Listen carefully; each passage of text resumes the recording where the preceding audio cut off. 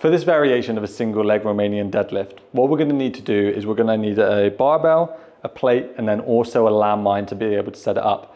Now, the reason that we're going to use a landmine during this exercise is it's going to help us create more stability.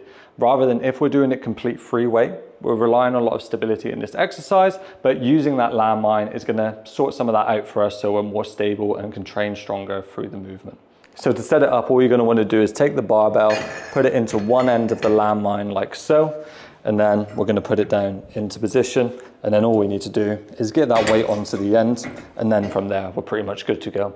So when it comes to getting into your starting position, what I want you to do is take a step with your foot being directly under the bar where you're going to hold on to. From here, we're going to grab onto that barbell, onto the end, and we're going to keep it in nice and close to our body. We're going to be moving back the leg that's closest to the weight itself.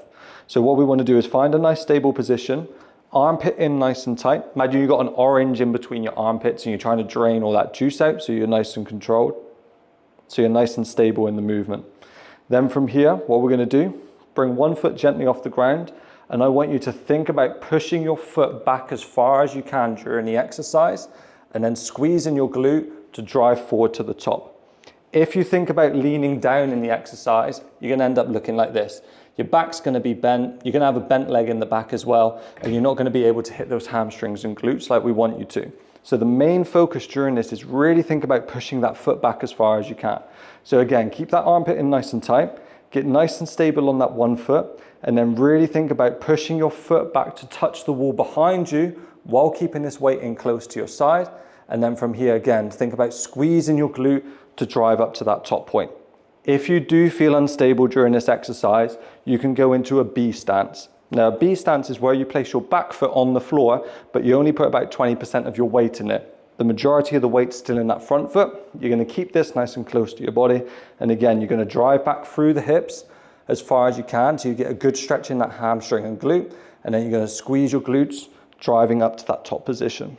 So another thing we need to avoid is standing too close to the weight. I know it's going to feel like it's going to give you more stability if you do that, but what tends to happen if we stand too close is our hand comes across our body and we're effectively crossing over during the exercise. When we step out a little bit wider, so we make sure that we're starting with that hand directly in line with your thigh, then we go down during the exercise, you'll be able to keep your hips a lot more stable through the entire movement. What we don't want to be doing is rotating like so. So by making sure that we're in line with that thigh, core is engaged nice and tight, and then we're going to keep those hips flat as we drive back through that movement.